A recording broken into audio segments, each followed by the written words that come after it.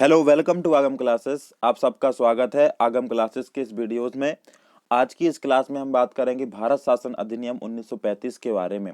जो भारत शासन अधिनियम है ये बहुत महत्वपूर्ण एक्ट है या बहुत महत्वपूर्ण अधिनियम है। ये महत्वपूर्ण इसलिए है क्योंकि भारतीय संविधान के जो प्रोविज़न है लगभग 75 से 80% जो प्रावधान है या जो प्रोविज़न है वो इसी संविधान या इसी एक्ट के द्वारा लिए गए हैं भारतीय संविधान में। इस कारण से इसको हम मिनी कॉन्स्टिट्यूशन या मिनी संविधान के नाम से भी जानते हैं।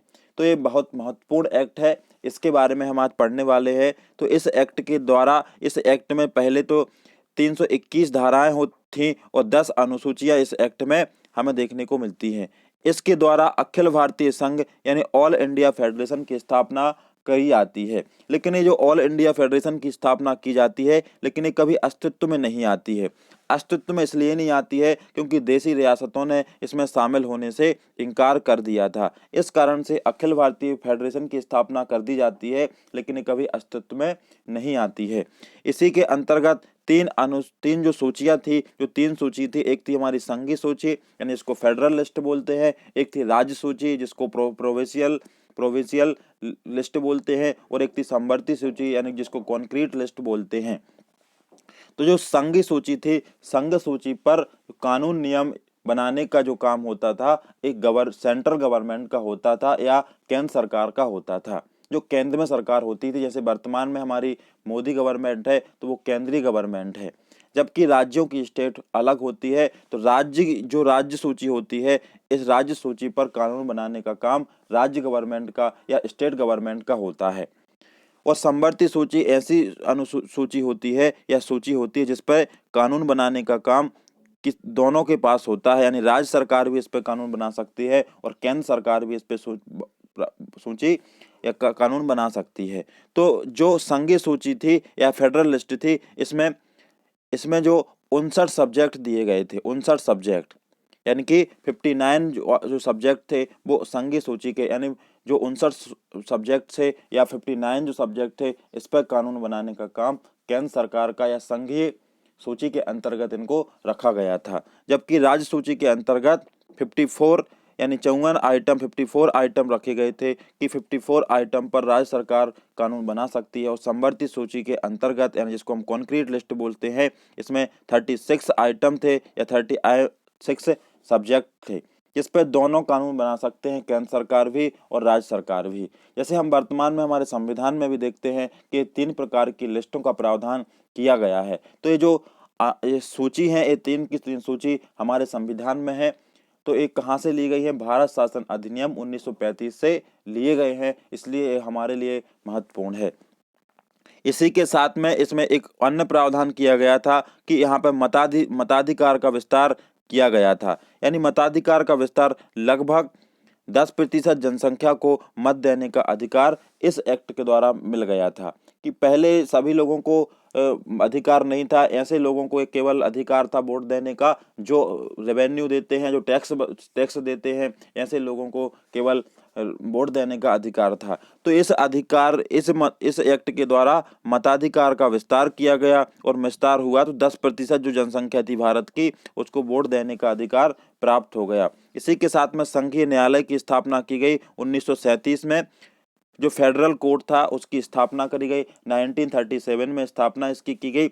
और इसी में 1937 में जो इलेक्शन हुए थे, जो यूनाइटेड प्रोविजन था या जिसको संयुक्त प्रांत है, वर्तमान में हम यूपी के नाम से जानते हैं, यहाँ पर जो इलेक्शन हुए थे और इसके जो प्रथम जो मुख्यमंत्री बने थे वो बने थे गोविंद पंत बने थे। तो कब बने थे? 1937 के इलेक्शन में जो स्टेट के जो इलेक्शन हुए थे, इसमें संयुक्त प्रांत में, जिसको हम वर्तमान में यूपी या उत्तर प्रदेश के नाम से जानते हैं, इसके जो प्रथम मुख्यमंत्री बने थे वो बने थे गोविंद पंत। और जो गोविंद पंत थे ये मदन मोहन मालवीय थे, उनके जो पक्के चेले थे। तो मदन मोहन मालवीय के पक्के चेले थे। इसी अधिनियम के द्वारा जो 1935 का अधिनियम है, भारत शासन अधिनियम ने प्रांतों में द्वैत शासन को हटा दिया गया।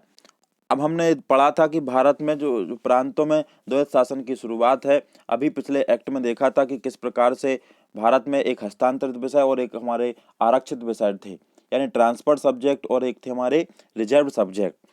इस प्रकार से प्रांतों में द्वैत शासन की शुरुआत की गई थी, लेकिन 1935 का जो भारत शासन अधिनियम है, इसमें प्रांतों में द्वैत शासन को हटा दिया गया है तथा केंद्र में द्वैत शासन की शुरुआत कर दी जाती है। तो केंद्र में द्वैत शासन की शुरुआत किस एक्ट से मानी जाती है? 1935 के भारत शासन अधिनियम से केंद्र में द्वैत शासन की शुरुआत कर दी जाती है।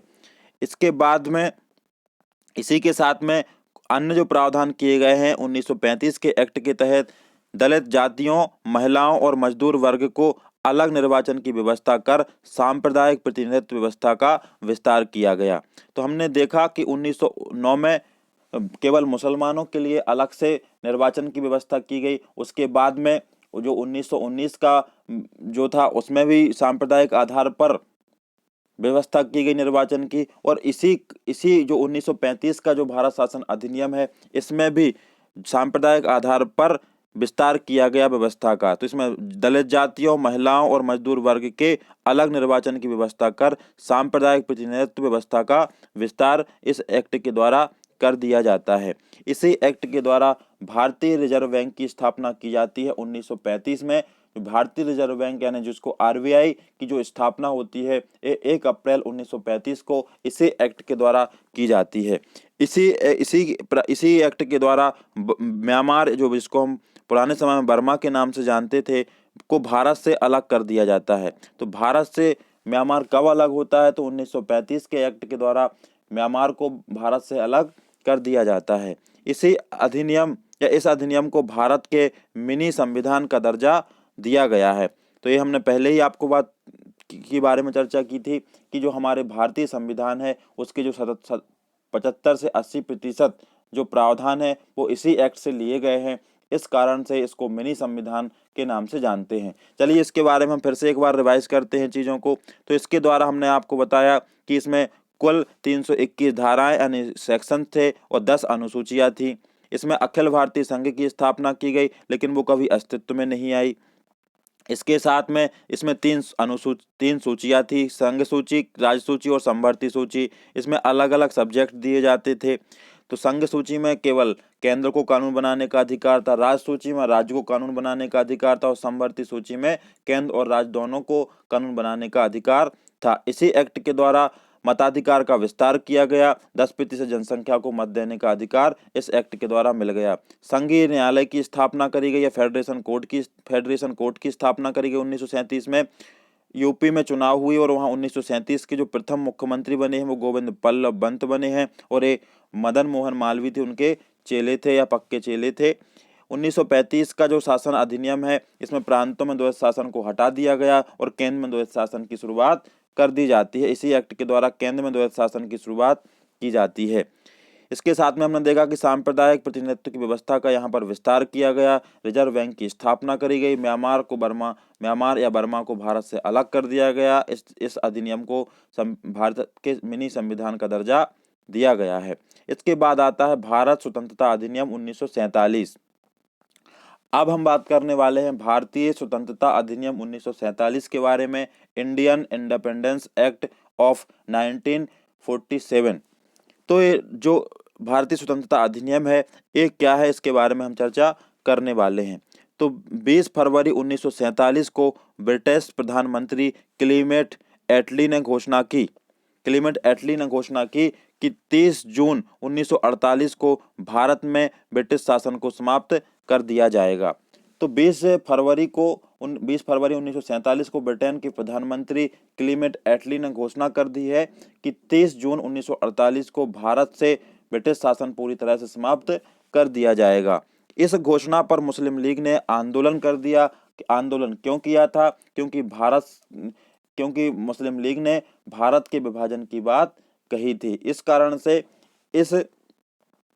इस घोषणा पर मुस्लिम लीग ने यहाँ पर आंदोलन कर दिया। आंदोलन करने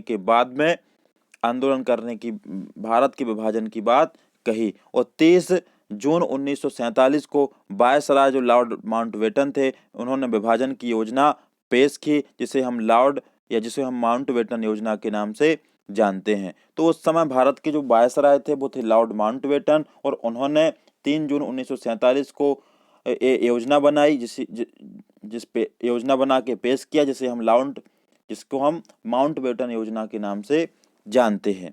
तो ये माउंटबेटन योजना क्या है, इसके बारे में हम समझने वाले हैं। तो माउंटबेटन योजना थी कि भारतीय स्वतंत्रता अधिनियम 1947 बनाकर इसे लागू किया गया। दूसरा था, इस योजना को कांग्रेस और मुस्लिम लीग ने भी स्वीकार कर लिया।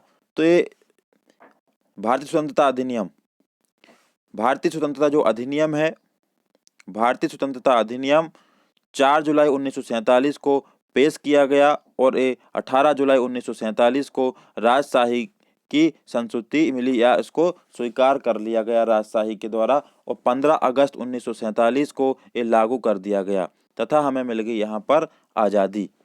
तो ये हमने बात की है किसकी, भारतीय स्वतंत्रता अधिनियम की। तो भारतीय स्वतंत्रता अधिनियम में 20 फरवरी 1947 को ब्रिटिश प्रधानमंत्री क्लीमेट एटली ने घोषणा की कि 30 जून 1948 को भारत में ब्रिटिश शासन को समाप्त हो जाएगा। इस घोषणा पर मुस्लिम लीग ने आंदोलन कर दिया और भारत के उन्होंने विभाजन की बात कही। विभाजन की बात के बाद लॉर्ड माउंटबेटन ने एक योजना बनाई और 3 जून 1947 को जिसे पेश किया, जिसको हम माउंटबेटन योजना के नाम से जानते हैं। माउंटबेटन योजना में कहा गया कि भारतीय स्वतंत्रता अधिनियम 1947 बनाकर इसे लागू किया जाएगा और इस योजना को कांग्रेस और मुस्लिम लीग ने भी स्वीकार कर लिया।